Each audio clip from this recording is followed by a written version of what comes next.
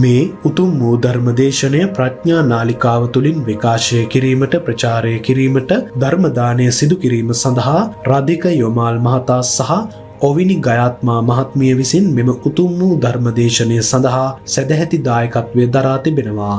උතුම් වූ ධර්ම දානයන්ගෙන් ජනිත වන්නා වූ මහා පුණ්‍ය ශක්තියෙන් ටෙනුක පසඳුල් හීන් පැල්ලගේ ආදරණීය පුතණුවන්ගේ දෙවන ජන්මදිනය නිමිත්තෙන් මෙම උතුම් වූ ධර්ම දේශනාමය පුණ්‍ය කුසලය සිදු කරනු ලබනවා. ධර්ම දේශනෙන් ජනිත වන්නා වූ කුසලයේ ආනුභාවයෙන් පුතුට නිදුක් නිරෝගී දීර්ඝායුෂ ලැබේවා. උතුම් වූ ධර්ම අවබෝධය පිණිස හේතු වේවා කියා බලාපොරොත්තු වෙනවා. එසේම වේවා කියා ආශිර්වාද කරනවා.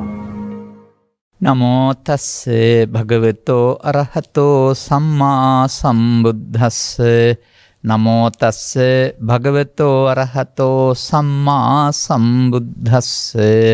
නමෝ තස්ස භගවතෝ අරහතෝ සම්මා සම්බුද්දස්ස. පුත්තවත්තු මනුස්සානං තීති. ධර්මානුශාසනාවෙහි සදහැබර අනුග්‍රහක දායකත්වය දරන්නා වූ ආදරණීය දෙමව්පියන් ප්‍රමුඛ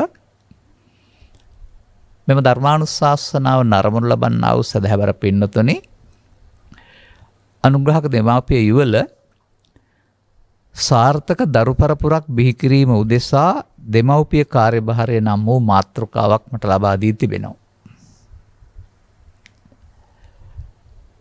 බොහොම ස්තුතියි, බොහොමත්ම ස්තුතියි මෙබඳු මාතෘකාවක් ලබා දීම පිළිබඳව. නිවන් මඟ කෙළවර නුනත් නිවන් මඟට උපනිශ්‍රේ වෙන ආකාරයෙන් දර්ශනයම උපයෝගී කරනව ගත්තත් අප සතු දැනුම උදව් කරගනිමින් මේ සමාජයේ පවතිනා වූ නොදැනුවත්කම් ටිකක් සමනය කරලා වෙන්න ඕන ආකාරය පැහැදිලි කරලා දෙන්න තමයි බලාපොරොත්තු වෙන්නේ. පළමුව තේරුම් ගන්න, සමයන් නැත්නම් ආගම් පහළ වෙන්න පෙර තමයි මිනිසා මේ ලෝකෙට ඇවිත් තිබුණේ. මිනිසා මේ ලෝකෙට ආපු එකේ පාරිසරික සත්‍ය අදටත් සංඛ්‍යා ලේඛන හොයලා බලන්න. ස්ත්‍රී වර්ගය 50%, පුරුෂ වර්ගය 50%, ආසන්න වශයෙන් පොඩි පිටි වෙනස්කම් තියෙන්න පුළුවන්. පවුලක නෙමෙයි සමස්තයක් වශයෙන්. මේ පාරිසරික සත්‍ය අපට පෙන්වන්නේ තනියෙන් ජීවත් වෙන්න බැරි නම් දෙන්නෙක් එකතු වෙලා ජීවත් වෙන්න කියලා. ඒ වගේම දෙන්නෙක් එකතු වෙලා දියුණු කරගත්ත තාක්ෂණය, දියුණු කරගත්ත බුද්ධිය, දියුණු කරගත්ත දහම් දැනුම වගේ මේ හැම දෙයක්ම ඉදිරි පරපුරට දෙන්න පරපුරක් හදන්න කියලා ඔය නොකිය කියලා තියෙන්නේ. සිද්ධාර්ථ කුමාරයාටත් දරුවෙක් හදලා ගිහිගේ හැර ගිහින් බුදු වෙන්න බාධාවක් වුණේ නැත්නම් දරුවෙක් හදන එක නිවන් මඟ යන්න බාධාවක් වශයෙන් කල් තියා හැම හිතන්න එපා. ඒ වගේම සිදුහත් කුමාරයා බවට පත් වෙන මේ බෝසතාණන් වහන්සේ නිකම්ම මෙහි ආවේ නැහැ. කාලය, දීපය, දේශය, කුලය, මව් බලලයි ප්‍රතිසන්දි ගත්තයි කියලා කියන්නේ.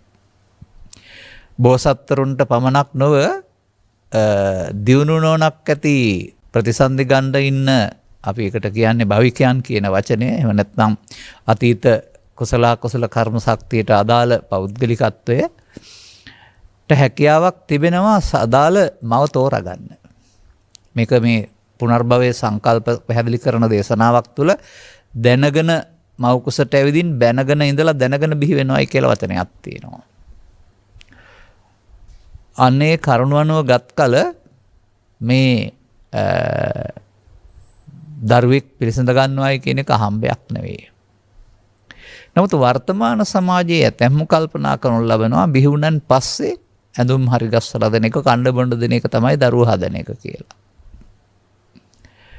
මානන් දකින්නේ බිහි වුණන් පස්සේ නෙවෙයි දරුවා හදන්න ඕන. දරුවා හදන්නට මව්පියන් සතුව බුදුදහමේ උගන්වපු බොහෝ කරුණු පිළිබඳ අවබෝධයක් තියෙනවා නම් වඩා හොඳයි කියලා මට හිතෙනවා. ඒ අනුව දරුවා පිළිසඳ ගන්න ඕන පළමුව මව්පියන්ගේ හිතේ.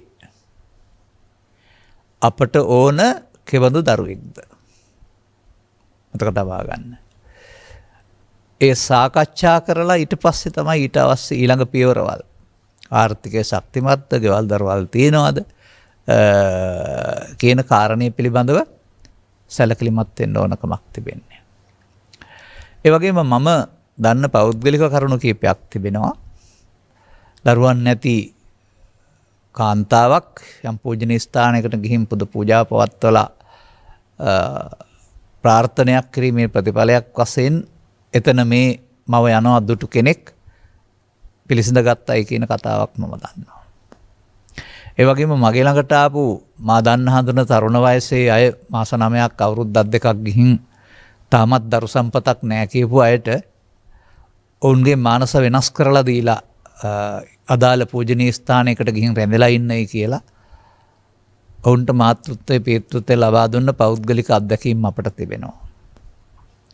පෞද්ගලිකව මං හිතන්නේ මගේ මව නැත්නම් අපේ අම්මා කියන්න ඕන. මොකද මම විතරක් නෙමෙයි තව 4 දෙනෙක් ඉන්න නිසා බුද්ධ ජයන්තියට අදාළ වත්පිළිවෙත් වල ආගමික කටයුතු වල නිරත වුණ තරුණියක් වශයෙන් සිට නිසා වෙන්නට ඕන අපට මේ ගමන එන්නට පාවාඩේ එළලා තියෙන්නේ අපේ මව්පියන්.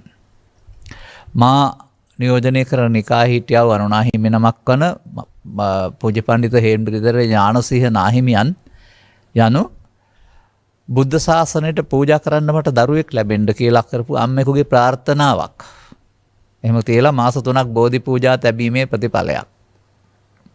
මේ රටේ දැනටත් වැඩ ඉන්න අන්‍යාගමික පවුලක උපන් දරුවෙක් වන ඒ මම දන්න කෙනා දරුවෝ සම්පත් නැහැ කියලා කනගාටුවෙන් ඉන්නකොට බෞද්ධ කාන්තාවකගේ උපදෙස් පරිදි සුදු ඇඳගෙන ආගමික බව එහෙමම තිබියදී බෝධි පූජා තබන්න ගොස් ලබාගත් දරු සම්පතක් තමයි ඔය කියන කෙනා.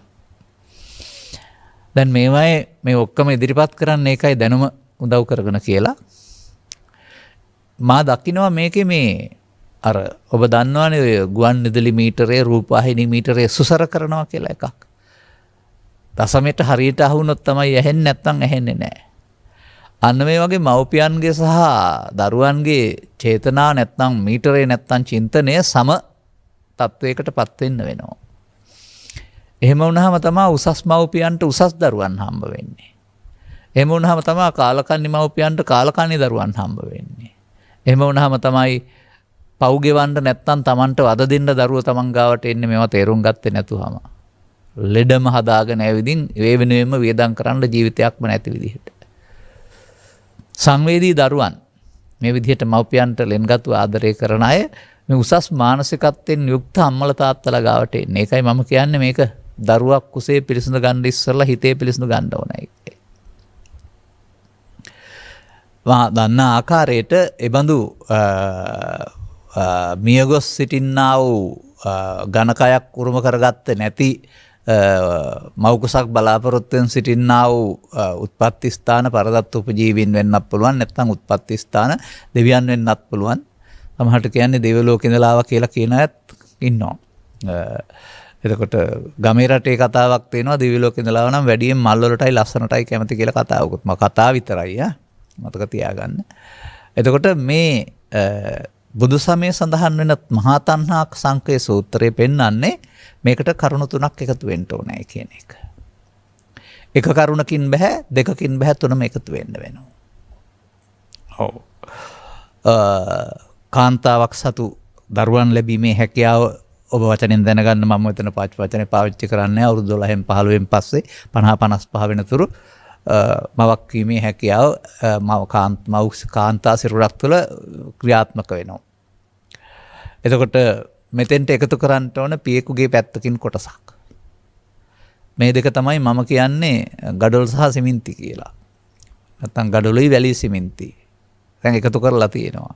නමුත් තව බාස් ආවේ නැත්නම් හදන්න බෑ ගෙවල්. ඔතෙන්ට බාස් එන්න ඕන. බාස් නැහැ.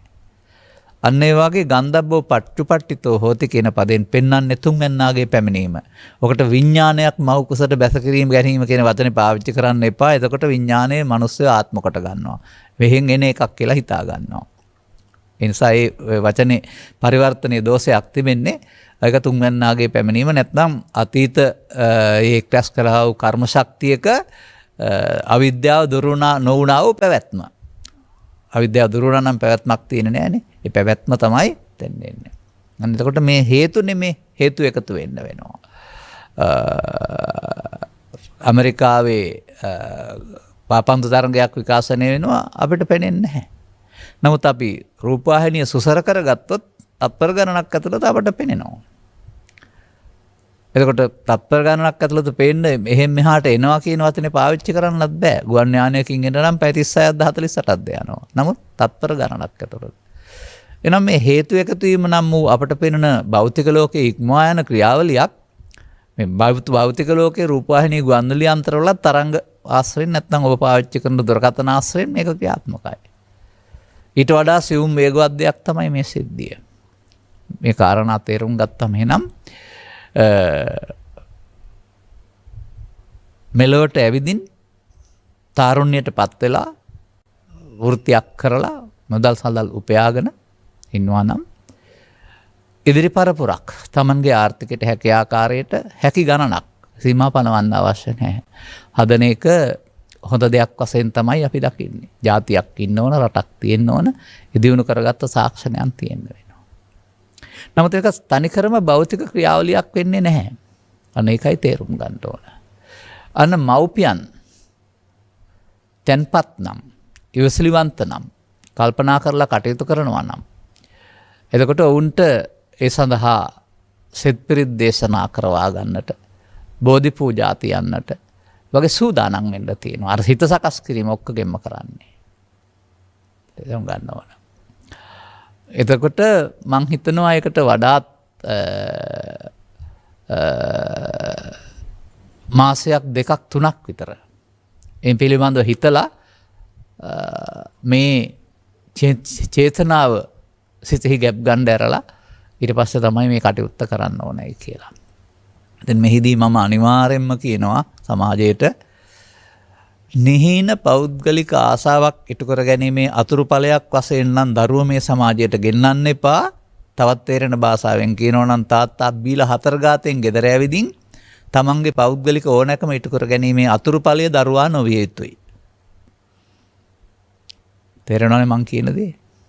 මම කියන්නේ දරුවන් හදන එක පූජනීය ක්‍රියාවක් සමාජයට. නැත්නම් මම මේ ගත්ත වචනේ දැන් ගන්නවනේ. පුත්තා වත්තු මනුස්සානං. බුදුරජාණන් වහන්සේ දරුවෝ කියන්නේ කාලකන්ණියෝ වදකාරයෝ ටිකක් කියලා දේශනා කළා නෑනේ. මිනිස්සුන්ට තිබෙන වස්තුවක්. පුත්තා කියන්නේ පුතුන් කියන එකක් නෙවෙයි දරුවෝ කියන එක. දරු සම්පත් අපි එකට කතා කරන්නේ. දරු සම්පතක්. ඉතින් ඒ නිසා ඒක සම්පතක් කරගන්නට කල්ැතුව මව්පියන් තේරුම් ගන්න සූදානම් වෙන්න ඕන. එතකොට තමන්ගේ උසස් මානසිකත්වයට අදාළ පුනර්භවිකයෙක් අපි එහෙම වචන කතා කරමුකෝ තමයි ඔබට එකතු වෙන්නේ.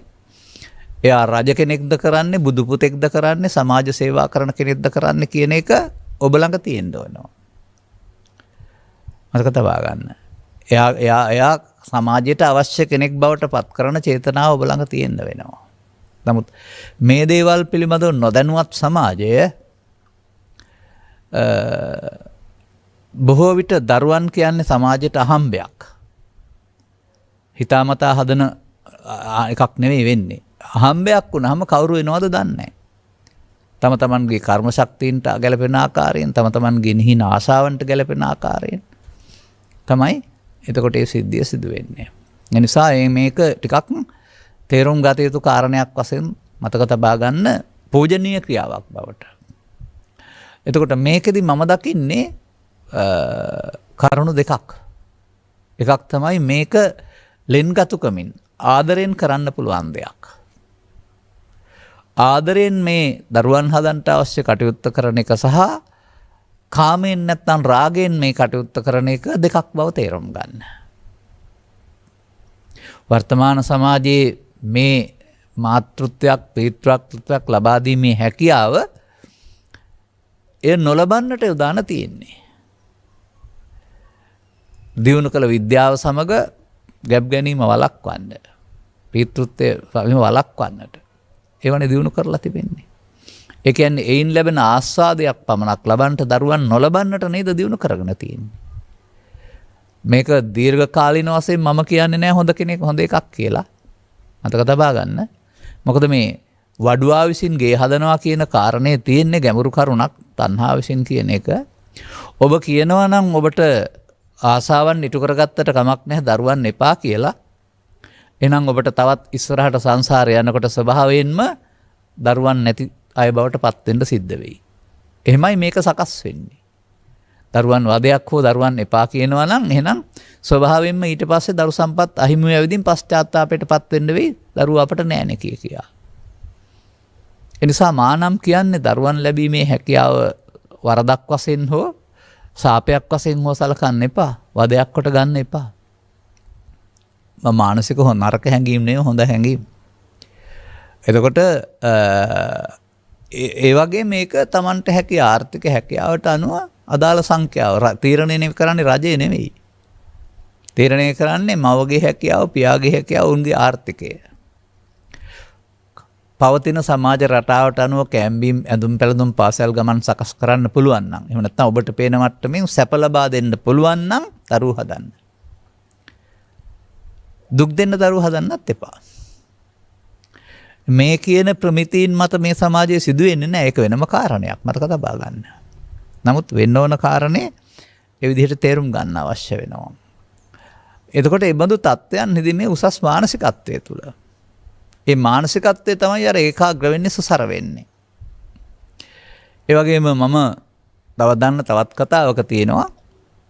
ඒ බඳු යහපත් පුණ්‍යක්‍රියා කරමින් මිය ගිහින් ඕපපාතික උත්පත්ති ලබා හිටපු කෙනෙකුට Tamanට ඕන අම්මා තෝරගන්න පුළුවන් හැකියාව තිබුණයි කියලා. ඒ පින්වන්ත. ඒ වගේම පෞකාරකම් කරලා මේ ගියන් පසුව තෝරගන්න හම්බුනේ නැහැ. පෞකාරකම් වලට තමන් සමාජයට දීපු කරපු වැරදි වලට දඬුවම් විඳින්න ගැලපෙන තැනක මව් කුසක උත්පත්ති ලැබලා දඬුවම් විඳින්න සිද්ධ වුණායි කියලා. මේවා ඔප්පු කරන්න පේන සාධක නැහැ. නමුත් පුනර්භවය තහදු කරන සාක්ෂි හරි එහෙම නැත්නම් කර්මය සහ පුනර්භවය කියන වචන වල කරපු පරීක්ෂණ තුල හරි තමයි මේවා තිබෙන්නේ. එතකොට එහෙම පැති තිබෙනවා. දැන් බුදු සමයේ තමයි මේ මෞකුස ප්‍රතිසන්ද ගැනීම සම්බන්ධයෙන් බුදුරජාණන් වහන්සේගේ විමසපුවාම කොහොමද යැපෙන්නේ එතන කියලා මවගේ ආහාරයෙන් යැපෙනවයි කියලා පැහැදිලි කරලා තිබෙන්නේ මෞකුස තුල. ආහාරයේ මවගෙන් පෙකෙන වල මාර්ගයෙන් නම ලෝකයේ Tamanගේ. මවගේ ලෝකේ නෙමෙයි. Tamanගේ සිහින ලෝකේ. ඒකට මෙන්න මේ தত্ত্বය බුදු සමයේ මේ මහා තණ්හා සංකේ සූත්‍ර වැනි සූත්‍රවල ඇරුණාම අනිකුත් ආගමික ග්‍රන්ථවල එහෙම පැහැදිලි කරන්න බෑ. ඔවුන් තුන්වැන්නෙකුගේ පැමිණීමක් කතා කරන්නේ නැහැ. නිකම්ම මව්පියන් දරුවෝ හදනවා කියලා කතා කරන්නේ. නමුත් මව්පියන් දරුවෝ හැදුවට ඊට පස්සේ ආත්මයක් වොන්න තිනවා. ආත්මය සදාකාලික ස්වර්ගයට නිරේට යන්න කතා කරනවා. කොහෙන්ද ආත්මය එකතුනේ කියන්න දන්නේ නැහැ. මවගෙන් එකතුනාද තාත්තයාගෙන් එකතුනාද කියන එක. ඒවයි අසම්පූර්ණයි ඒ ගැන්වීම. ආත්මය නෙවෙයිනේ මේකේ පවතින්නේ. පැවැත්ම ගෙනත් දෙන්නේ ආත්ම දෘෂ්ටිය. දෘෂ්ටිය කියන්නේ පවතින සත්‍යයක් නෙමෙයි හදාගත්ත වරදක් කියන එක. ආත්ම දෘෂ්ටිය මෙහි ඇවිදින් හදාගන්න එකක්. නමුත් මේ සංසාර ගමන කියන කාරණාවේදී මේක නිමක් ඇති එකක් නෙමෙයි. මිනිස්සුන් පවුකලා ඕපපාතික වෙනවා. ගෞසුනක ආදී සත්‍යය වෙනවා. ඒ වගේ දෙවිය බ්‍රහ්ම වෙනවා. එතකොට මිනිසාගේ පරිණාමය මේ අඳුරකින් ඇති වුණා කියන කතාව බුදු සමයට අනුව හරියන්නේ නැහැ.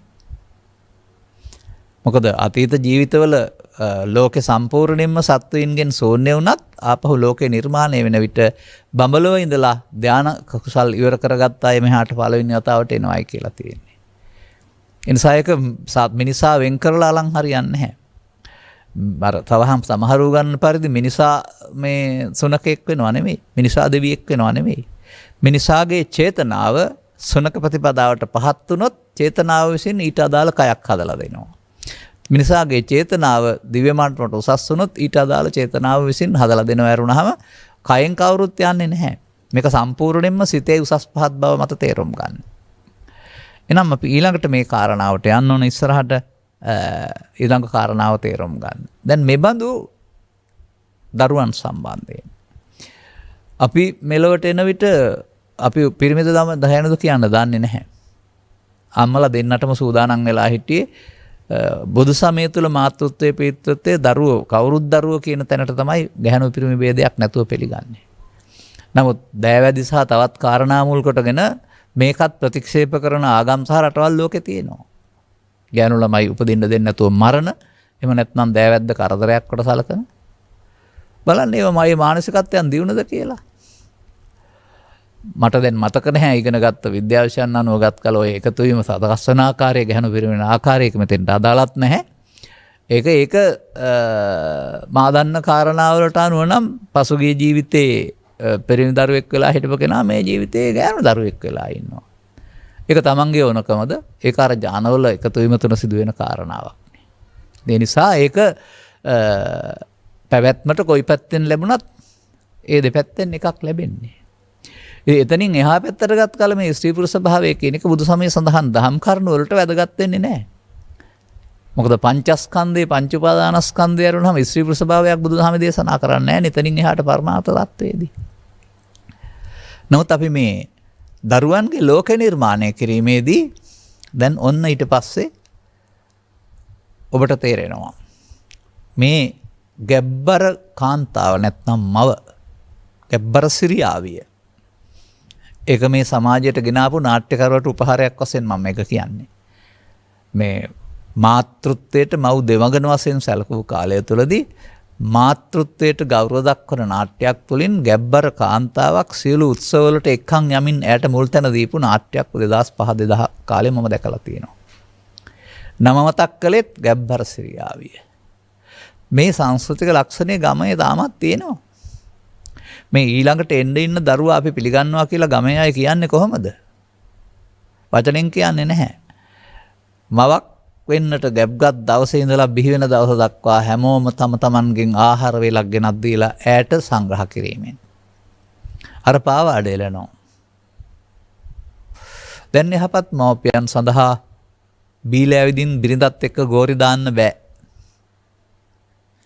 ඒ වගේම ව්‍යාපාදයේ කියන වචනේ පාවිච්චි කරලා කේන්තිය තමන් අවශ්‍ය ගන්නත් බෑ තාත්තා වශයෙන් ගෙදර ඉන්න අයත් අවශ්‍යන්න බෑ විශේෂයෙන් මාතෘත්වයේ ඉන්න කෙනාට ඒ බඳු පීඩාවක් දෙන්න බෑ.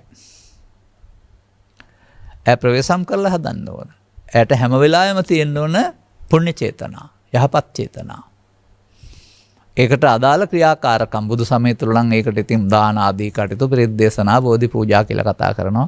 ඒවම කළ යුතුයි කියන එක නෙමෙයි එකෙන් පෙන්වන්නේ. අර චිත්ත ප්‍රසාදයේ උපදවන, පැහැදීම උපදවන.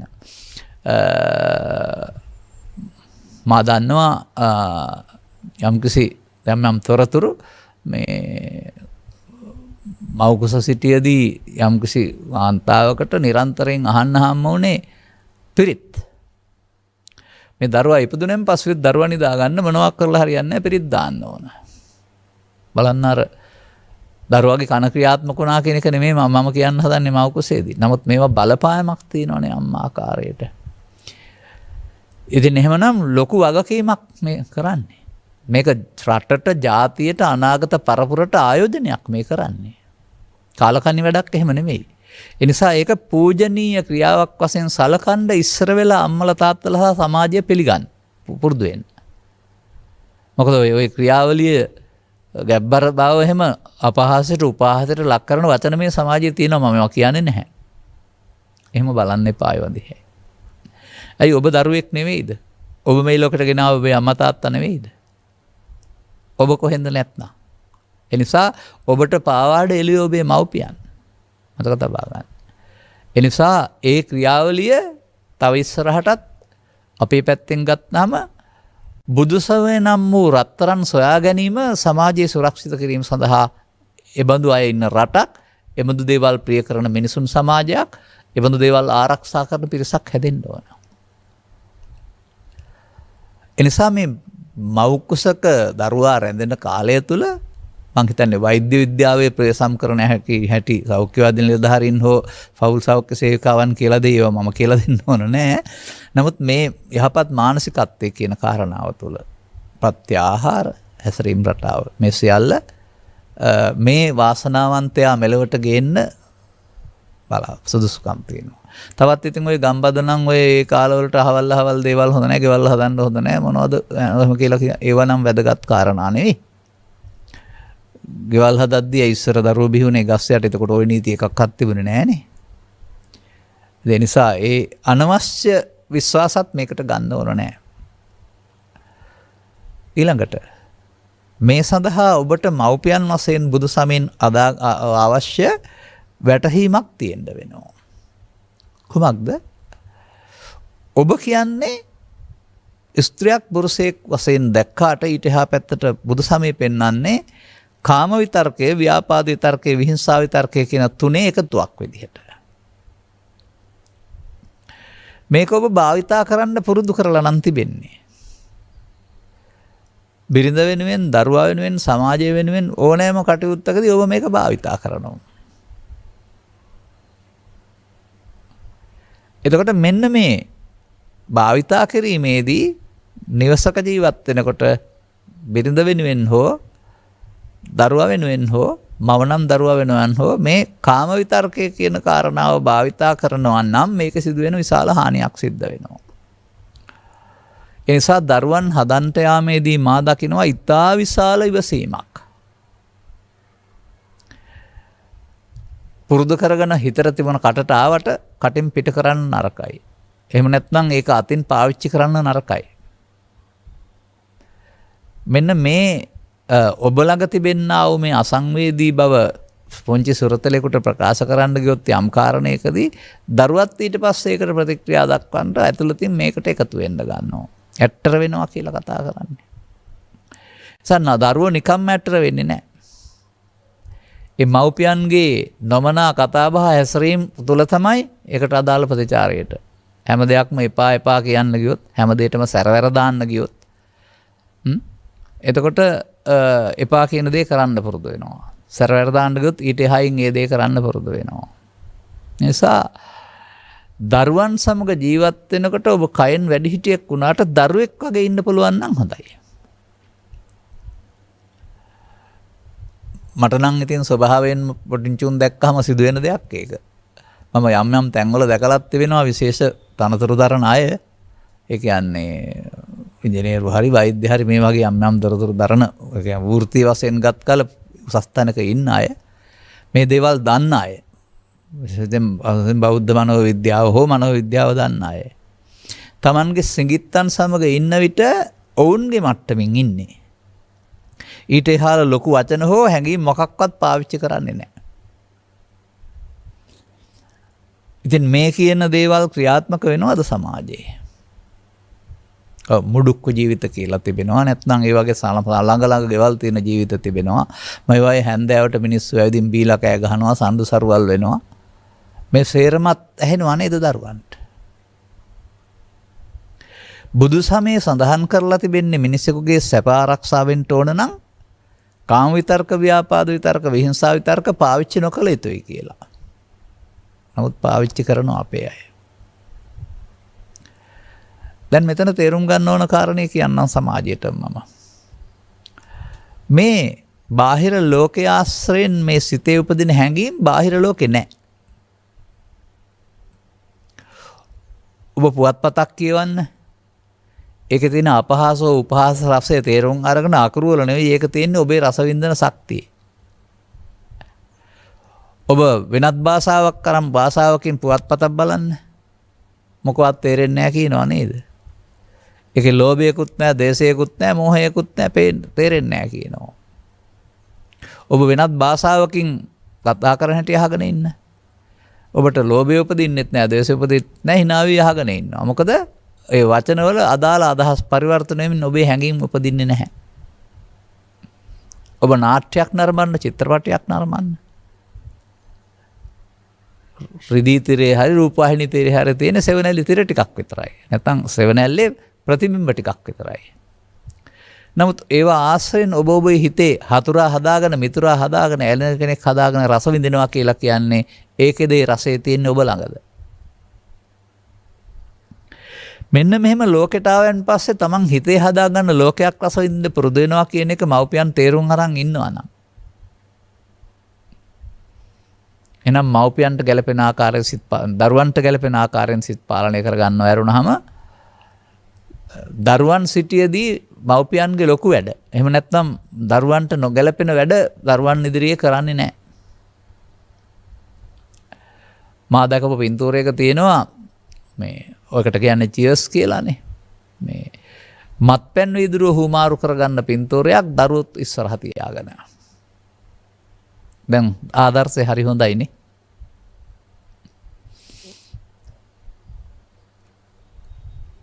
මේ කාරණය තේරුම් ගන්න ඕන දරුවා කියලා කියන්නේ තාමත් 100ක් නම් පිරිසිදුයි කියලා මම කියන්නේ අතීතෙන් ගෙනාවු කර්ම ශක්තියක් තිබෙන නිසා. නමුත් ඇලෙන කරුණු, ගැටෙන කරුණු, දුක් සහිත කරුණු අවමේ ඉන්න කෙනෙක්.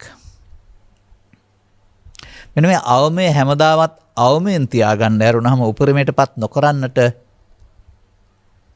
වගකිය යුතු මව්පියන් කටයුතු කරන්න වෙනවා. ඔබම තමයි අර විසාකාවට බුදුන් වහන්සේ වදාළ පරිදි ඇලෙන කරුණු 100ක් ඇත්නම් දුක් 100ක් ඇත කියන කාරණේ ඔස්සේ ඇලීම් ගැටීම් කියන කාරණාවට දරුවන් හුරු කරලා ඔවුන්ගේ චිත්තාභ්‍යන්තරයේ විශේෂයෙන් ද්වේෂ මූලය ව්‍යාපාද විතර්ක මූලය එමත් නැත්නම් විහිංසා විතර්ක මූලය රෝපණය කරන්නේ. ඒක සාමාන්‍යයෙන් දරුවෝ අම්මලා තාත්තලාගේ ක්‍රියාකාරකම් දිහා බලන් ඉඳලා යමක් දෙන්නේ නැතුවම අඬන්න පුරුදු වෙනවා. අඬන්නේ බොරුවට. ඊට පස්සේ අඬලා ඉල්ලන්න පුරුදු වෙනවා. එහෙම නැත්නම් තව ටිකක් එහාට ගියම සැරවැර දාලා මොනවා හරි පොළවේ ගහලා ඉල්ලන්න පුරුදු වෙනවා. නෑ. ඒ පාරේ නෙමෙයි යවන්න ඕන. අවශ්‍ය දෙයක් දෙන්න ඕන. ඔබ කලබල වුණොත් ඔබ කේන්ති ගත්තොත් ඒක දරුවට බලපානවා. දරුවගෙත් ඒක උපදින්නට. මේ නිසා ප්‍රධාන වශයෙන් තරහෙන් කාම කියන එකේ විතර්කය කියන එකේ තේරුම නම් කාම විතර්ක නැත්නම් කාම තේරුම කාම අරමුණු සුබ වශයෙන් ගැනීම ඇලීම කියන අර්ථය. එහෙම නැතුව මේ ලෝකෙ දිහා බලන්න එපා කියන එක නෙවෙයි. නමුත් මේ පෘථග්ජන මට්ටමේ සමාජයක් හැදෙනකොට මේවා හැදෙනවා. මේ කාම විතර්කත් හැදෙනවා, ව්‍යාපාද විතර්කත් හැදෙනවා.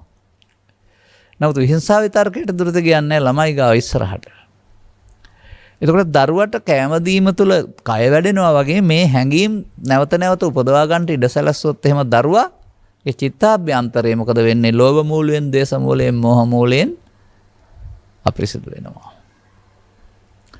ඔබ මව්පියන් වශයෙන් ගෙදර දබර වෙනවා නම්, පරස වචන කියා ගන්නවා නම්, කෛරාටිකකම් කරනවා නම්, සමාජයේ අනිත් අය පහත් කොට සලකනවා නම් මොනවා හරි කාරණාවලදී බොරු කරනවා නම් මේ සේරමත් දරුවන්ට බලපානවා. ගහේකට උල් කරන්න ඕන නැහැ කියලා අහලා ඇතිනේ නේ.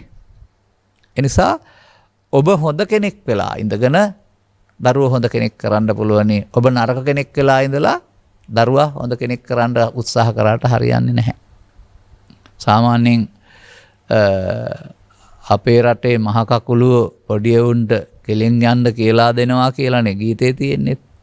ලොකු වුණාම උන් ඔක්කොම ඇදේට යනවා කියලානේ කියන්නේ. ඔය තියෙන කියමන් ලස්සනට.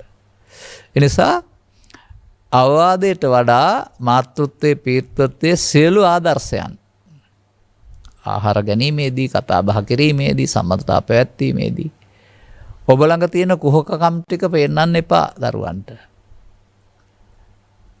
දරුවෝ පාසලකට ගියාම ජාතියක් ආමක් කුලයක් නැතුව එකට ඉන්නේ. නමුත් පෞද්ගලිකව ආපහු ගෙදර ආපුවම ඕවත් තියෙනවා. අපි හැදිරෙන පරිසරය අපි එහෙම දන්නවා. නමුත් ඒකවත් නැතුව ඔය කිය එකක්වත් වැඩක් ඇති දේවල් නෙවෙයි, නැත්නම් සාරවත් දේවල් නෙවෙයි. ඔය අපට ලැබිලා තියෙන මොකක්ද ඒකට කියන්නේ පෙළපත් නාමය කියන එක අවලංගු පරණ එකක්. අද එකක් නෙවෙයි නේ ඒක. ඕක උඩඟු වෙන්න හරි පහත් කර සලකන්න හරි එකක් නෙවෙයි. අද එහෙනම් වෙනම පෙළපත් නම හදන්න වෙනවා කරන වෘත්තීන්ට අනුව. ඒ නිසා බුදු සමය ආభాසය ලැබීම තුළ බුරුම රටට වුණා වගේ මේ තවදුරටත් ගිහි සමාජයේ පැවිදි සමාජයේ දෙකේම යටින් හොරෙන් අරන් යන එලිපිට නැති වුණාට මේ නැති කුල ભેදයක් එක්තරා නැති මතක තියාගන්න තියෙන එකක් නෙමෙයි. මානසික රෝගයක් ඔය. ඒ නිසා මේවා දරුවන්ට උගන්වන්න නැත්නම් හොඳයි. මිනිස්සුන් වශයෙන් සලකනවා නම්. ඒ නිසා මින් පෙර ඒවා කලේ නැත්නම් ඔබ කියන්නේ මින් පෙර හැදූ දරුවන් සඳහා මේ පිළිබඳ කල්පනා කළේ නැත්නම් ඉදිරියට දරුවන් හදන්න ඕන නම් මෙන්න මේ කාර්යභාරයේ තේරුම් අරගෙන බිහි වුණාට පස්සේ ඇඳුම් අඳින්නේ නැතුව අදාළ දරුවා ගෙන්න ගන්නට අවශ්‍ය උසස් මානසිකත්වයෙන් ඉන්න. එතකොට බුදුදහම තේරුම් ගැනීම තුළින් කෙනෙකුට මොනවද ලැබෙන උදව්? මම නම් දකිනවා සහෝදරත්වය කියන එක හරි සුන්දර දෙයක්. එක මවකින් බිහි වෙන කියන එකනේ ඔය සහෝදර කියලා කියන්නේ.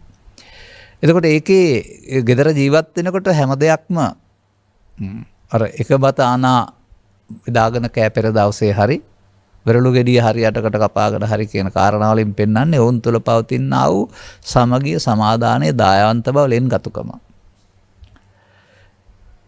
ඒ ඇයි තාමත් කාම විතර්ක ව්‍යාපාද විතර්ක චිත්තාභ්‍යන්තරේ හටගෙන තිබුණාට උත්සන්න වෙලා නැති නිසා. ඒ නිසා තේරුම් ගන්න කාම විතර්කයට වඩා ව්‍යාපාද විතර්කයේ මිනිසා ભેද බින්න කරයි. මිනිසාගේ ජීවිතය ඈත් කර සමීප සම්බන්ධතා. සහෝදරත්වයේ පළදු කරයි, විවාහ ජීවිතයේ පළදු කරයි, සමීප සම්බන්ධතා පළදු කරයි. ඒවට බේත් බාහිර සමාජයේ නැහැ. ඔබ තේරුම් ගන්න ඕන මේ කාරණාව. අන්න ඒ නිසා ඒ වටපිට පරිසරයත් හරියට ඇසුරු කරන අයත් හරියට ඔවුන්ගේ චර්යා රටා සියල්ල බලපානවා වාසනාවන්ත දරුවෙක් සඳහා. ඔහුට අවංක භාවයේම මව්පියන්ගේ අවංක භාවයේම ප්‍රදර්ශනය කරන්න ඕන. ඇඟෙන්ට අරින්න ඕන. එයා ස්වභාවයෙන්ම හදන්න ඕන. ශ්ලෝකෙ පිළිගැනීමක් නේ හොරකම වැරදි කියන එක. ඔලෝකෙ පිළිගැනීමක් නේ බොරුව වැරදි කියන එක ලෝකේ ඕනෑ ආගමක් තුල. එතකොට නම් මේ වැරදි දේවල් වලට දරුවන් පොළඹවන්න නරකයි. ඔබ ඒවා කරනවා නම් ඒකෙන් පෙන්වන්නේ මේක නිවැරදි කියලා දරුවෝ හිතන බව. යම්කිසි ප්‍රශ්නයකදී තාත්තයි අම්මයි දෙන්න ද්වේෂයෙන් කතා බහ කර ගන්නවා නම් බැන ගන්නවා නම් අනතුරුව පහර දී ගන්නවා නම් ඒක විවාහ ජීවිතයේ අංගයක් කියලා දරුවෝ හිතන්න බැරි නෑ. නිසා එහෙම දෙයක් ඔබට හදාගන්න බැරි මට්ටමේ තියෙනවා නම් ඒක දරුවන්ට නොපෙනෙන්නට අවශ්‍ය විදිහට කරගන්න. මේව දරුවන් ඉස්සරහට ගෙනියන්න එපා කවදාවත්. ඔබ වහම සාමෙන් සමගෙන ඉන්න බව පෙන්වන්න. එතකොට අන්නේ ඒ විතර්ක පාලනය කරගැනීමේ හැකියාව ලැබෙන්නේ බුදුබණ තේරුම් අරගත්තොත්.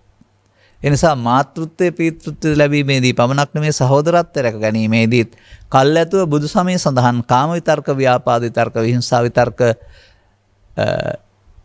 පාලනයක් නැතුව ක්‍රියාත්මක කිරීම වෙනුවට ඉවසීම කොහොමද ඒවත් දරාගන්නේ කියන කාරණාවත් මම දකිනවා උදව් වෙනවා කියන එක පිළිබඳව.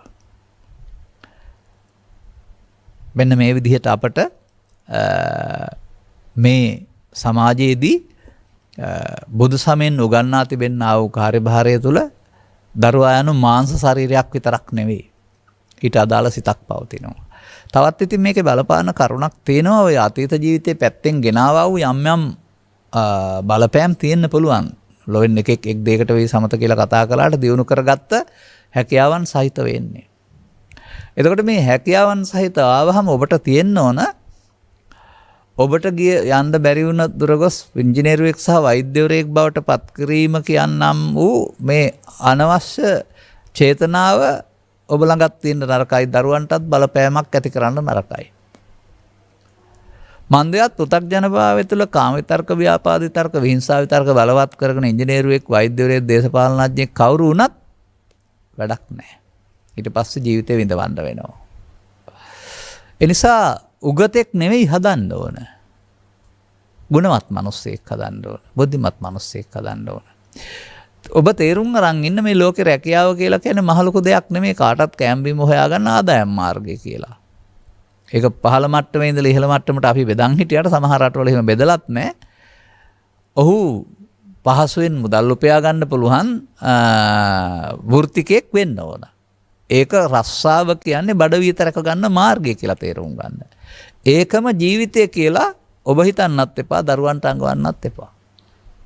අද බොහෝ දෙනා මේ ඔය මව්පියන් තරගයට එදිලා ඉන්නේ. දිවා රාත්‍රී දෙකේ නිදි නැතුව දරුවොත් එක්කලා එලිලා පිටිපස්සෙන් ගිහින් මොකටද මේ උගත්තුම හදන්න.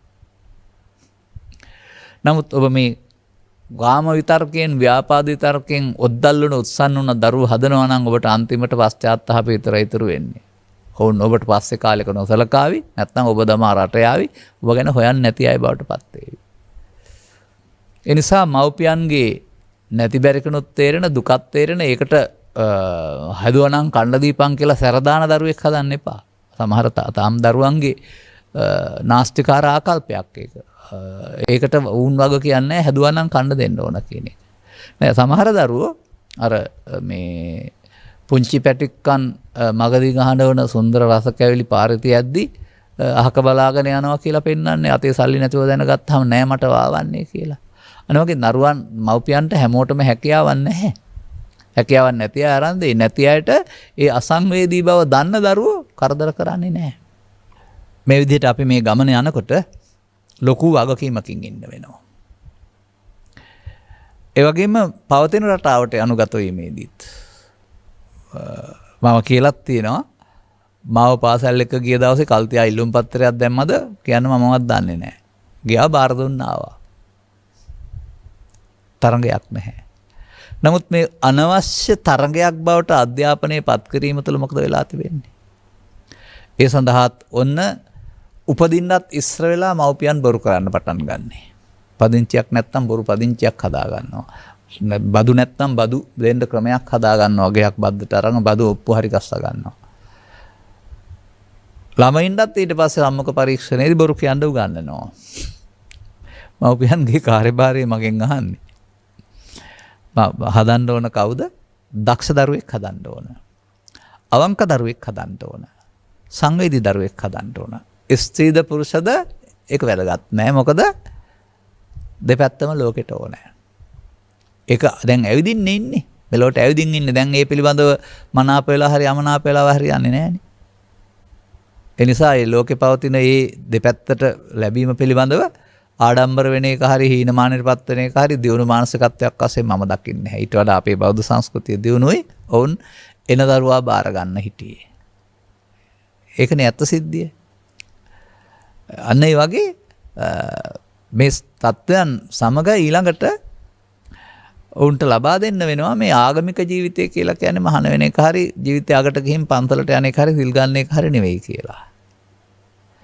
මේ දරුවන්ගේ ජීවිතේ පවතිනා වූ ප්‍රීතිදායක අවස්ථාවක් තියෙනවනේ හැම වෙලාවෙම. බලන්න නිරීක්ෂණය කරලා වුන් ඔය මොකටද හරි ඇඬුවොත් ඇරුණාම බඩගිනි වෙලා හරි මොකක් හරි කාරණාවට එහෙම නැත්නම් පුංචි දෙයකට කේන්ති આવොත් ඒ මොහොතේ ඒක අයින් කළා ටිකකින් අයින් වෙන ඇරුණාම උන්ව පවත්තන අය නෙවෙයි. මේ ඒවා සමග එකතු නොවීමම තමයි පුංචි දරුවන් සතුව තියෙනා ඔය ඡමේ තිබෙන්නා වූ සංසුන් බව නැත්තම් පියකරු බව සමග ඒක සිතේ තියෙන්නේ. ඒ සිතේ තියෙනා වූ නොකිලිටි බව තමයි මූණෙන් පේන්නේ. ඒ නිසා මව්පියන් බවට පත් වුණාම මව්පියන් දරුවන්ගේ සිත් කිලිටි නොකර හදන්න ඉගෙන ගන්න ඕන. ඒක මේ සමාජයේ පෘථග්ජන මව්පියන් බොහෝ දෙනා අතින් සිදු වෙන්නේ නැති දෙයක්.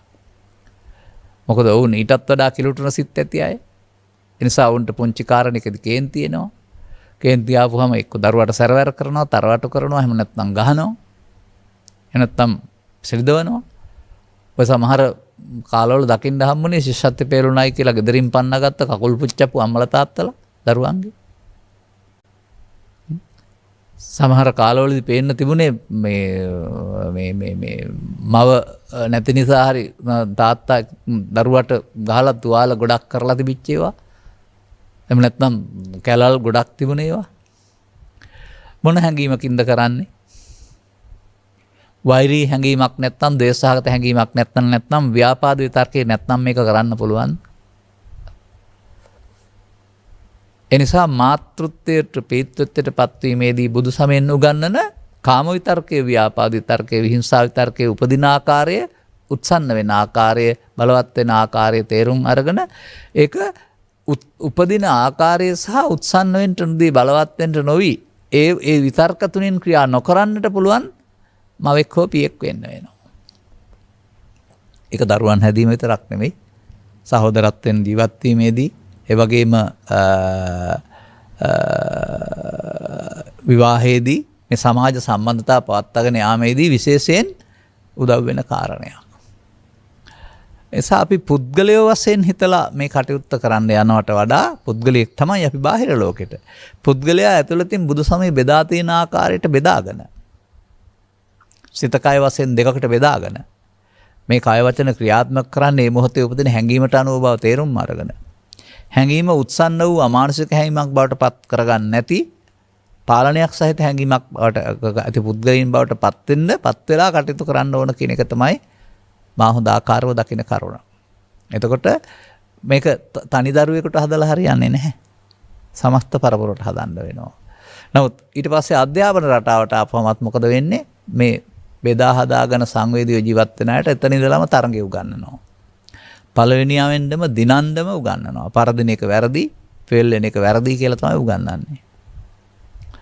මෙන්න මේ රේස් එකට, අස්සෙව රේස් එකට දාලා තිනවා. ඊට පස්සේ අධ්‍යාපන රේස් එකට ලෑස්ති කරනවා අම්මලා තාත්තලායි ගුරුවරුයි අධ්‍යාපනඥයෝ සේරම එකතු වෙලා දරුවෝ.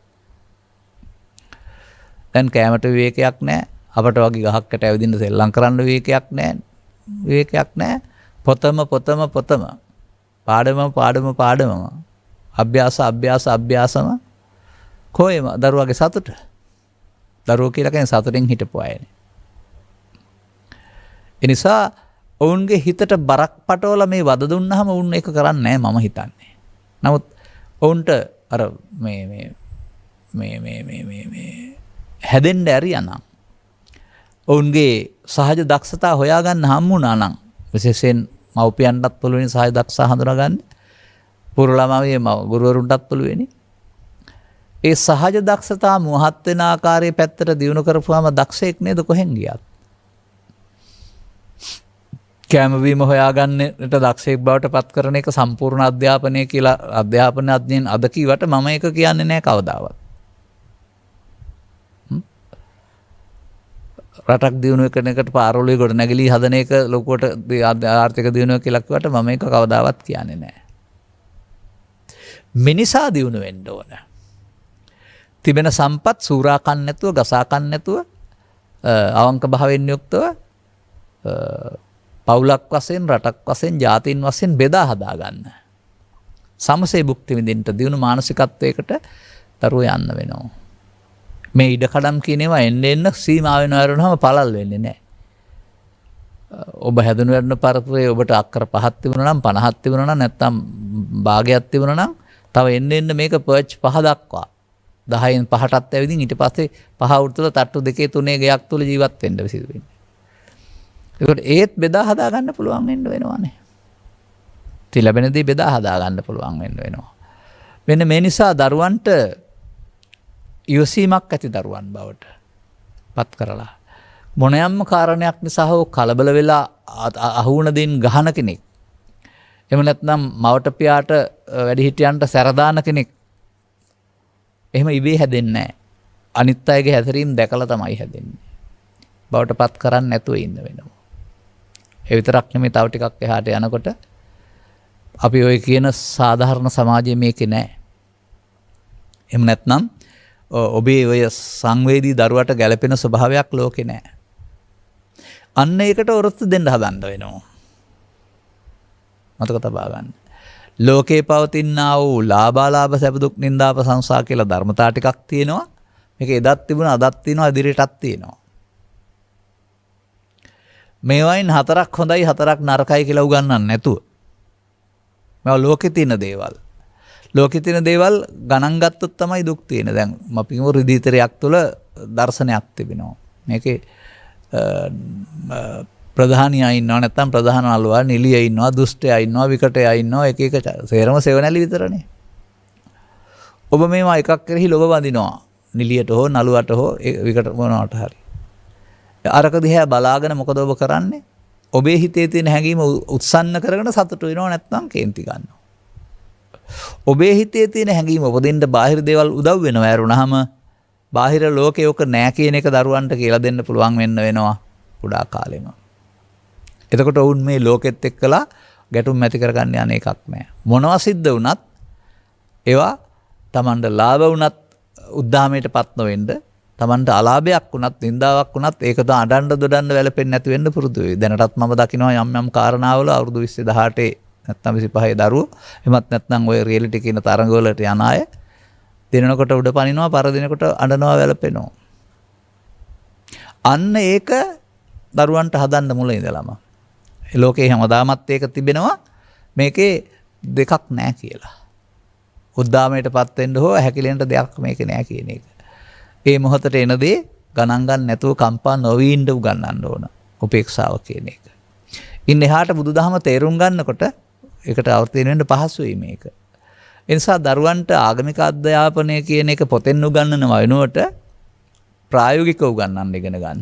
ඔබ දැනගෙන ඉන්න වෙනවා. අපි ඉතින් පොතපත සේරම පාඩම් කරවලා ආගමික දැනුම ඇත්තෙක් හදන්න හදනවා. බැලුවම බුදුහාමුදුරුවෝ උපන් තැනක් දන්නවා, බුදු වෙන තැනක් දන්නවා, පිරිනොම් වැඩි තැනක් දන්නවා. බැලුවම සංගායනා තුන පවත්වපු ආකාරය, මහායාන හීනයාන බෙදිච්ච ආකාරයක් දන්නවා. බැලුවම ශ්‍රී මහා බෝධිය වැඩම කරපු ආකාරයක් දන්නවා. රුවන්වැලිසෑයේ ධාතු නිදානයට ආපු හාමුදුරුවෝ ගානක් දන්නවා. ධාතු නිදාන කරපු චෛත්‍ය ස්ථාන තියෙනවා ඔක්කොමත් දන්නවා. ලංකාවෙන් බුරුමේට, බුරුමෙන් ලංකාවට, තායිලන්තයෙන් ලංකාවට බුදුදහම ගෙනාපු හැටිත් දන්නවා. එහෙම නැත්නම් සිතක චිත්ත වීති තව ටිකක් එහාට ගිහින් අතීත භවංග, භවංග චලන, භවංග උප්පච්ඡේදක, පංචදාවරා වර්ජන, සම්පතිට්ඨන, සම්තිරණ කියන්නත් දන්නවා. හැබැයි පොතෙන් දන්නේ ඔබ ගැන මොකුත් දන්නේ නැහැ. මේ පොතෙන් පාඩම් කරන ඔක්කොම පොතෙන් දන්නවා, නමුත් Taman ගැන මොකුත් දන්නේ නැහැ. ඔන්න උතනයි මේ ගැටලුව තියෙන්නේ. ඕවා පාඩම් කරගත්තට කියලා මේ උපදින ත්‍රිවිධ විකාරක බලවත් වෙන එක නතර වෙන්නේ නැහැ.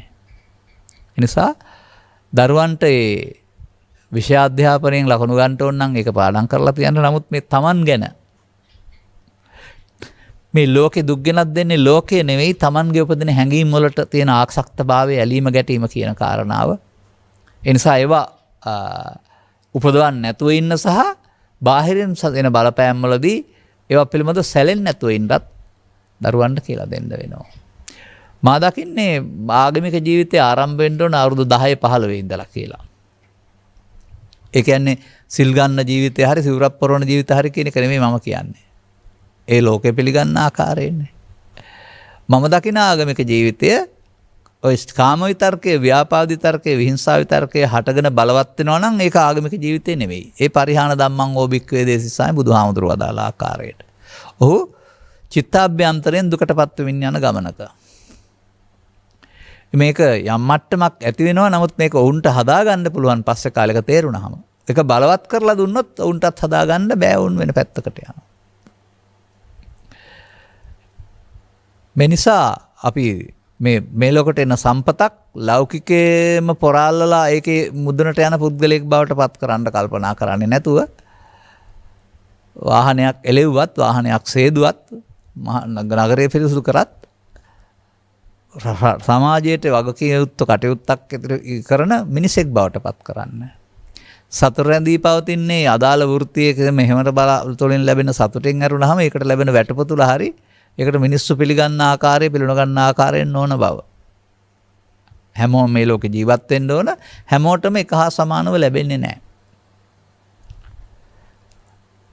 Taman තෘප්තිමත් වෙන්න පුළුවන් පැත්තක් තෝරගන්න පුළුවන් වුණාට ඒකවත් මේ සමාජය ලැබෙන්නේ නැහැ. උදාහරණයක් වශයෙන් අපි කියමුකෝ විශ්වවිද්‍යාලයට ගිහින් කළමනාකාර උපාධිය ලැබලා ආවයි කියලා. දැන් ඉතින් වැළපෙන්නේ බැංකු කළමනාකරණයට හෝ ඒකටනේ. ඉංග්‍රීසි උගන්වන්න දැම්මට හරියන්නේ නැහැනේ. නමුත් ඒවත් එහෙම කරන්න වෙලා තිබෙනවා.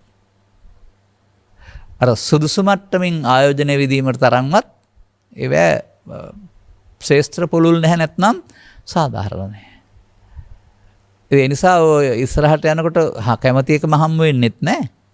නමුත් කෝකෙන් හරි කරනු ලබන්නේ ජීවනෝපාය සකසා ගැනීම කියන එක අරනහම ඊට එහා ලොකුවට හිතන්න පුරුදු ගන්න එපා ඒකට.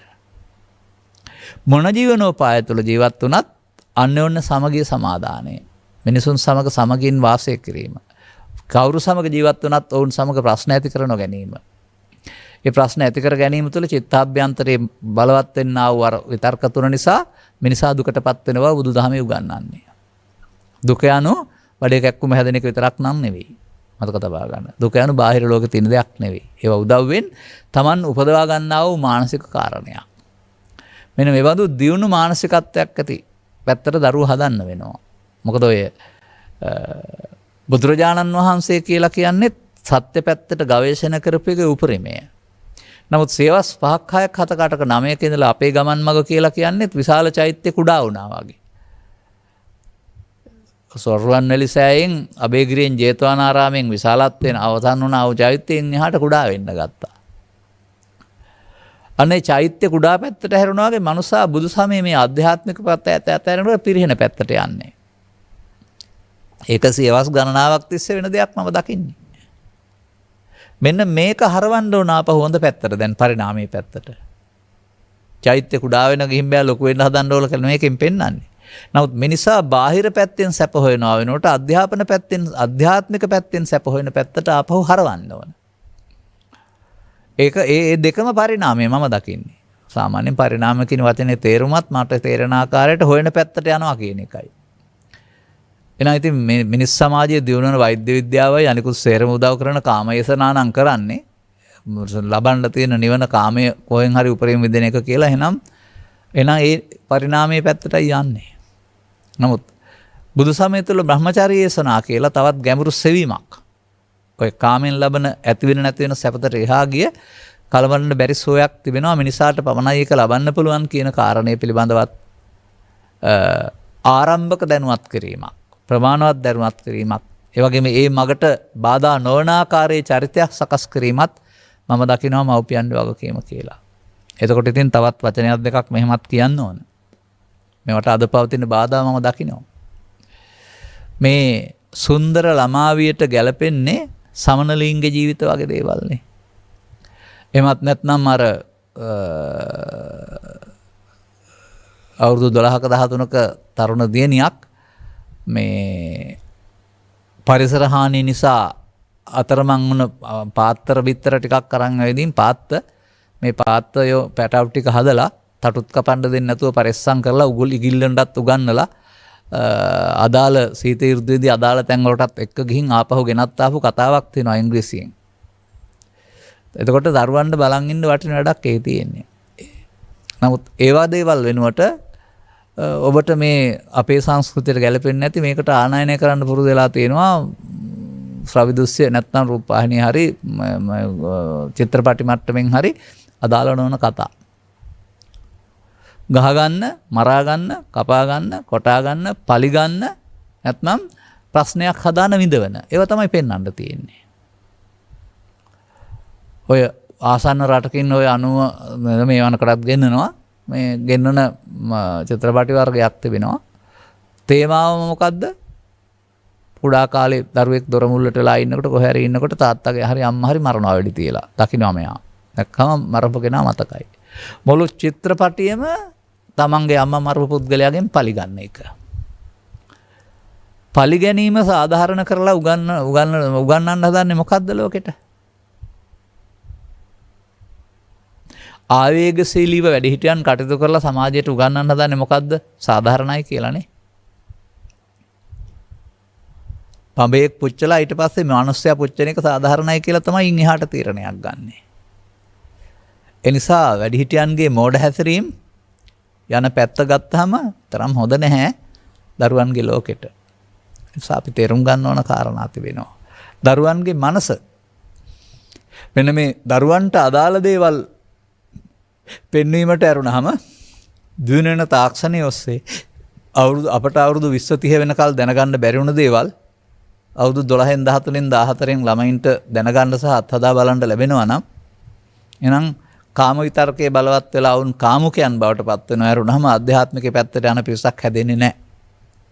ප්‍රතිඵල දැනටත් තියෙනවා Facebook නැත්නම් YouTube බරහා තවන ඔය කාරණා හරහා නැති වෙච්ච ජීවිත, ඒ වගේම බිලිගත් ජීවිත, අධ්‍යාපනයේ අඩාලා වූ ජීවිත මම දකිනවා. නිසා සාමාන්‍යයෙන් මේකට උදාහරණේ මෙහෙමයි කියන්න වෙන්නේ.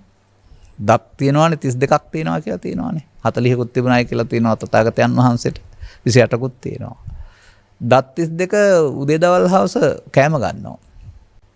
හපනවා. ඔය මැද්දට වෙලා දිව ඉන්නවා. එහාට මෙහාට ආහාර කලවම් කරලා දෙනවා ඇරුණාම කොතරම් දත් හැපුණත් දිව හැපෙන්නේ නැහැ. දිව දන්නවා දත් වලින් පරිස්සම් වෙන්න. මේ සමාජයට එන දරුවා දත් 32ක් මැද තියෙන දිවක් වගේ පරිස්සම් කරන්න වෙනවා අම්මලා තාත්තලාට කියලා තමයි කියන්න තියෙන්නේ. මොකද එබම ලෙන්ගතු වැඩි හිටියන්. ලෙන්ගතු ආදරණීය මව්පියන් හැමතැනම නැති නිසා. ගොදුරු කරගන්න බලන් ඉන්න සර්පයෝ වගේ මිනිස්සු සමාජයේ ඉන්න නිසා. මේකත් තේරුම් ගන්න. ඔවුනුත් එහෙම නොවෙනවා නම් මගේ දරුවා වෙනුවට අපේ දරුවා කියන සංකල්පයෙන් සමාජ දෙස බලන්න පුරුදු වෙලා හැමෝටම රැකවරණය ලබනවා නම්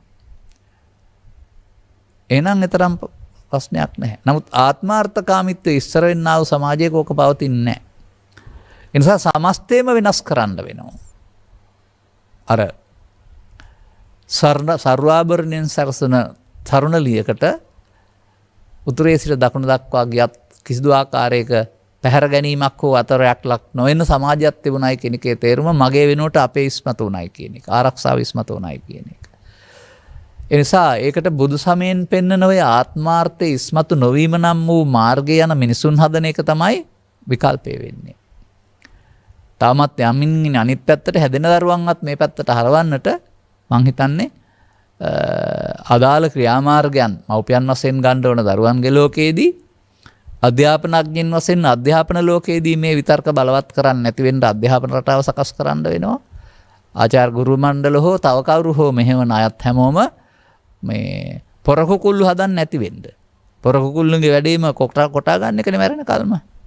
අධ්‍යාපනය තුළ හදන්නේ පොරකුකුල්ලු නම් ඒ කියන්නේ කොටාන මැරෙන්න අය නම් ඒ වැඩක් නැහැ. තක තියාගන්න. මිනිසුන් හදන්න වෙනවා. සහදත්වය ඇති කරන. ජයග්‍රහණයේදී අත දෙන්න පුළුවන්. පරාජයේදී අඬන්න නැතුව ඉන්න පුළුවන්.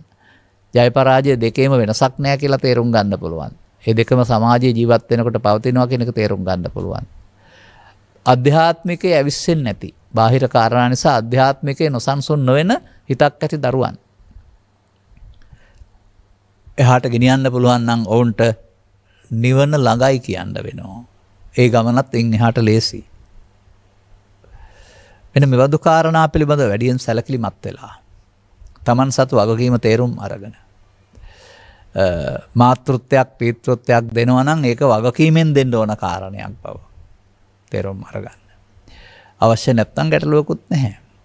මාතෘත්වයට පීතෘත්වයට පත් උනායි කියලා තමන්ගේ දුකින් මිදීමට කිසිදු බාධාවක් එහෙම තියෙනවා කියලා හිතන්නත් එපා. මන් දෙයක් 3 වයසෙන් 1 වයසකදී ආපහු යන්න ඕන කියලා තියෙන්නේ. ඒ 3 වයසෙන් 1 වයසකදී තේරුම් ගත්තොත් හදා ගන්න පුළුවන් නිසා. එතකොට වැරදිලා යනවා කෙනෙකුට ධර්මයේ හම්බ නොවන තාක්කල්. නමුත් හැදුණු කොටස සිද්ධාර්ථ කුමාරයාට 29න් පස්සේ හදා ගන්න පුළුවන් වුණා. අපිටත් තේරෙනවා අපි නව යවුනේ යම් තාරුණ්‍යයේ යම් මට්ටමකට එනකොට වැරදි නොකලට ලෝභ දේශ මොහයන් බලවත් කරන් හිටපු අය යම් මට්ටමකට. නමුත් ආපහු යන පාර හම්බ වුණාම ජීවිතේ ඉතා ඉක්මනින් විඳවන තැන වෙනකොට විඳින්න පුළුවන් වෙනවා. නිසා අවුරුදු 20 30 වෙනකොට ජීවිතේ විඳින්න පුළුවන් බවට පත් කරන්න පුළුවන් දරුවෝ හදන්න පුළුවන් නම් අන්න ඒක තමයි මම දකින්නේ ලබාගත් ජීවිතයේ උපරිම ප්‍රයෝජන ගන්න පුළුවන් මාර්ගයට දරුවන් මෙහෙවීම කියන කාරණා. මේක තුළ තවත් කියවන්න නොකියුණු කාරණා තියෙන්න පුළුවනි. මොකද මම මේක කටපාඩම් කරලා සකස් කරගත්ත ධර්ම දේශනාවක් වශයෙන් නොවේයි කලේ. මේක මෙතනින් එහා පැත්තට මම ටිකක් මතක් කළා.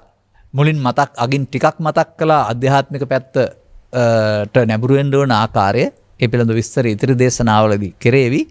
එබැවින් අපි සතු වගකීම තේරුම් අරගෙන කටයුතු කරන්න ඔබට ශක්තියක් ධෛර්යයක් ලැබේවායි කියන ප්‍රාර්ථනාව කරමින් මේ දේශනාව මම මෙසේ අවසන් කරනු ලබනවා. දායකත්වය. මෙම උතුම් ධර්ම දේශනාව සඳහා සදහි දායකත්වය දරනු ලබන්නේ රදික යොමාල් මහතා සහ ඔවිනි ගයාත්මා මහත්මිය විසිනි. අරමුණ තෙනුක පසඳුල් හීන්පැල්ලගේ ආදරණීය පුතුණුවන්ගේ දෙවර්ෂ වසර 2 සපිරෙන ජන්මදිනයේ නිමිත්තෙන් මෙම උතුම් ධර්ම දේශනාමය පුණ්‍ය කුසලයේ සිදු කරනු ලැබේ. ධර්මදේශනයෙන් ජනිත වන්නා වූ කුසලයේ ආනුභාවයෙන් පුතුන්ට නිදුක් නිරෝගී දීර්ඝායුෂ ලැබේවා සමග යහපත් ගමන් මගක් විවර වේවා. දරුවාට වගේම මව්පියන්ටත් සමාජයටත් මේක තියෙන උතුම් වූ ධර්මාවබෝධය පිණිස හේතු වේවා කියන එක. ලබාගත් ජීවිතයේ මිනිසත්කම වටහාගෙන අනුගමනීය ප්‍රතිපදාවක් තුළ උතුම් මිනිසුන් බවට පත්වීමට මෙම කරුණු පැහැදිලි කිරීම මෙම යුවලටත් මේ දරු සිඟිත්තාටත් ඔබ හැමටත් හේතු වේවා යන්න මගේ ප්‍රාර්ථනයයි. සබ්බීතියෝ වජ්ජන්තු සබ්බ රෝගෝ විනස්සතු මාතේ බවත් අන්තරායෝ සුඛී දීඝායුකෝ බව හැම දිනාටම තෙරුවන් සරණයි. රාගක්ඛයෝ නිබ්බානං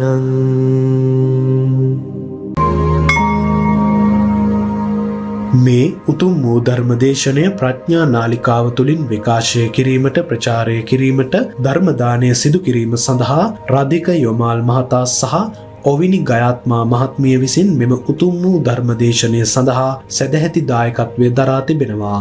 උතුම් වූ ධර්මදානයන්ගෙන් ජනිත වන්නා වූ මහා පුණ්‍ය ශක්තියෙන් ටෙනුක පසඳුල් හීන් පැල්ලගේ ආදරණීය පුතණුවන්ගේ දෙවන ජන්මදිනය නිමිත්තෙන් මෙම උතුම් වූ ධර්මදේශනාමය පුණ්‍ය කුසලය සිදු කරනු ලබනවා. ධර්මදේශනයෙන් ජනිත වන්නා වූ කුසලයේ ආනුභාවයෙන් පුතුට නිදුක් නිරෝගී දීර්ඝායුෂ ලැබේවා. උතුම් වූ ධර්මාවබෝධය පිණිස හේතු වේවා කියා බලාපොරොත්තු වෙනවා. එසේම වේවා කියා ආශිර්වාද කරනවා.